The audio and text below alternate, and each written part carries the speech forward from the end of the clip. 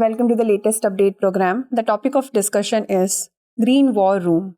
Recently, Delhi's government's control center to monitor air pollution and solve complaints, Green War Room started round-the-clock operations with an increased staff.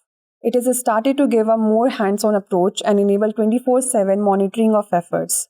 Air pollution spikes in the national capital and the neighboring states during winter, mainly due to meteorological factors and pollution from stubble burning. A total of 17 members will be working in the war room. The team will work on the basis of complaints received on the Green Delhi mobile application. The complaints received on the app are jointly taken up by 28 central and Delhi government departments. Nodal officers have been appointed in every department to operate this app. Minister said that the city government will start an anti-dust campaign from October 5th.